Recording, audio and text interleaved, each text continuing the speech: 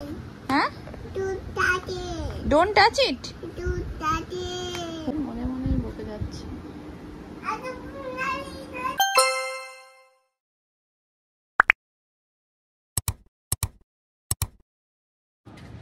Good morning everyone, welcome back to my channel, to a brand new blog. আশা করি তোমরা সবাই খুব ভালো আছো, সুস্থ আছো। আজকে ব্লগটা শুরু করছি। এখন আদিকে আনতে যাচ্ছি, দেরি হয়ে গেছে মোটামুটি।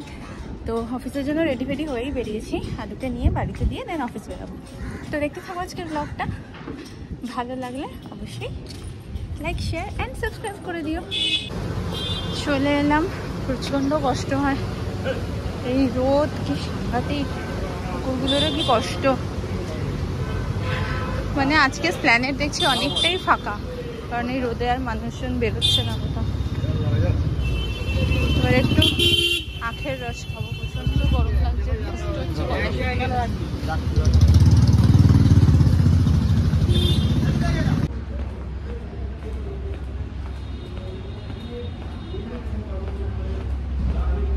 বেরোলাম এখন অফিস থেকে। কি রোদ, বাপরে বাপ, প্রচন্ড রোদ। কতদিন পরে এরকম একটু ফাঁকায় বাড়ি ফিরছি। সত্যি আজকে প্ল্যানেটটা অনেক ফাঁকা, লোকজনের ঠেলাঠেলি নেই।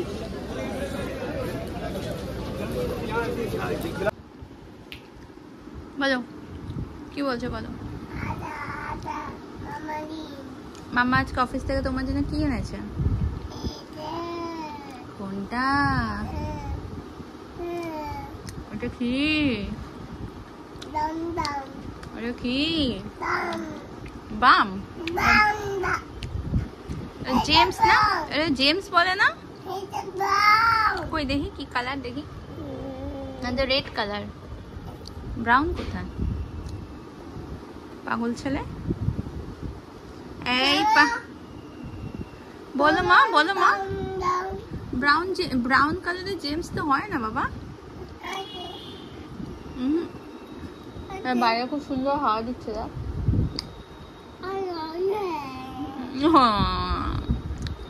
দেখো, ওগুলো খেতে হয় মা, ওগুলো চটকায় না, খেতে হয়। আজকে রাতে হবে আলু, ফুলকপি, বিট, গাজর এইসব দিয়ে একটা তরকারি।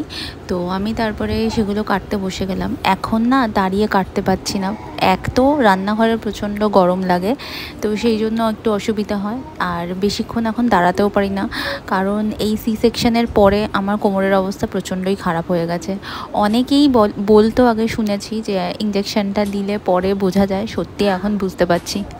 ডেলিভারির সময় যখন ইঞ্জেকশনটা দিয়েছিল তখন ট্রাস্ট মি একটুও ব্যথা হয়নি, ভেবে তো ছিলাম অনেক ব্যথা হবে, কিন্তু যখন ইঞ্জেকশনটা দিয়ে দিল তখন আমি বললাম যে হয়ে গেল, কিচ্ছু বুঝতে পারিনি। কিছুক্ষণ পর থেকে তো পা ঠা সব অবশ হতে শুরু করলো।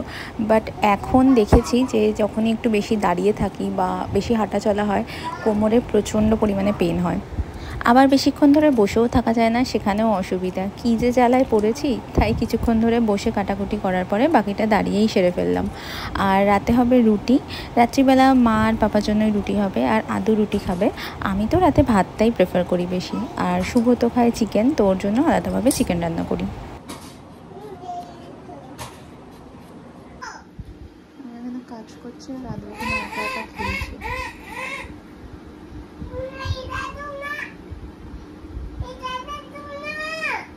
নিজের মনে মনেই বকে যাচ্ছে।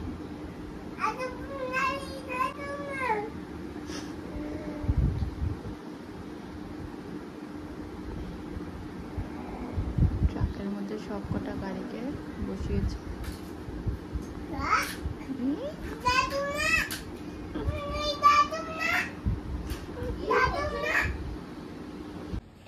চলো, কালকে ভাজাভুজি কাটা হয়ে গেছে। এগুলো তো এখন জলে দেওয়া যাবে না, এগুলো সব আমি এই কন্টেনারের মধ্যে রেখে দেব।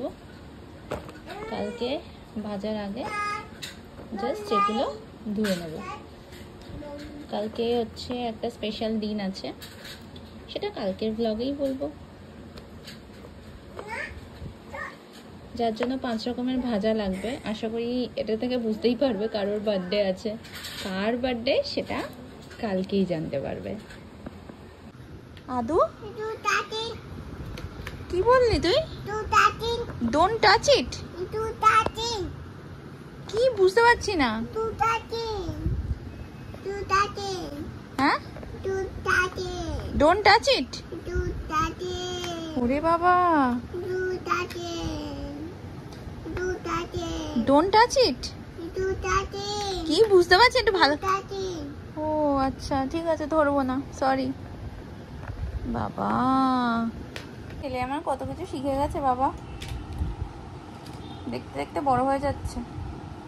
কিন্তু ব্যাপারটা হচ্ছে ও আবার স্কুলে যাওয়ার সময় কান্না শুরু করেছে। এই সপ্তাহটায় 3 দিন 4 দিন তো স্কুল হলো, 4 দিনের মধ্যে 3 দিনই স্কুলে যাওয়ার সময় কেঁদেছে, ঢোকার সময়। আবার 2 মিনিটের মধ্যে সেটা ঠিক হয়ে যাচ্ছে, বাট জানি না এটা কেন করছে। এ আদু, স্কুলে গিয়ে কাঁদিস কেন? কিরে, স্কুলে গিয়ে কাঁদছিস কেন? Any problem? তাহলে কাঁদো কেন তুমি? আদু আদু, আমি একটু টাচ করবো? ও সরি, টাচ না। ও আমি একটু টাচ করি না। ও আচ্ছা, এখন বাবুর একটু স্ক্রিন টাইম চলছে, পায়ের উপর পা তুলে টিভি দেখে যাচ্ছে। আমি একটু কিচেনের কাজকর্মগুলো আছে, তো সেই জন্য ওকে একটু টিভিটা চালিয়ে দিয়েছি, একটু টিভিটা দেখুক, আমি ততক্ষণ আমার কাজগুলো সেরে নিই। এর মধ্যে আমি এই রাত্রিবেলা তরকারিটা করলাম, বিট গাজর ফুলকপি দিয়ে তরকারি করলাম। শুভ চিকেন কাবাব খাবে, ওর চিকেনটা ম্যারিনেট করলাম, আর এবার রুটিটা করব, হয়ে যাবে। এত গরম পড়েছে না, গরমটা কাজ করতে খুব কষ্ট হয়, এই জন্য আমার শীতকাল বেশি ভালো লাগে। শীতকালে যত খুশি কাজ করি, বাট একটুও কষ্ট নেই, গরমকালে প্রচুর কষ্ট হয়। আর কালকে তো বলেই দিই, কালকে হচ্ছে বাবার জন্মদিন, তো সেই জন্য একটু রান্নাবান্না হবে। তো আমি ওই সেদিনকে যে রসুন ছাড়িয়ে রেখেছি, মোটামুটি সেই রসুনেই হয়ে যাবে। আর বাকি সব কিছু কাটাকুটি তো করেই রাখলাম। 5 রকমের ভাজা, মাছের মাথা দিয়ে ডাল, মাছ হবে। আপাতত এই মেনুই ঠিক হয়েছে, মাংসটা হবে না, কারণ রাত্রিবেলা মাংস খাওয়া হবে। তো আপাতত এই মেনু ঠিক হয়েছে। আর এখন ঝটপট রুটিটা করে আদুকে আবার খাওয়াতে হবে।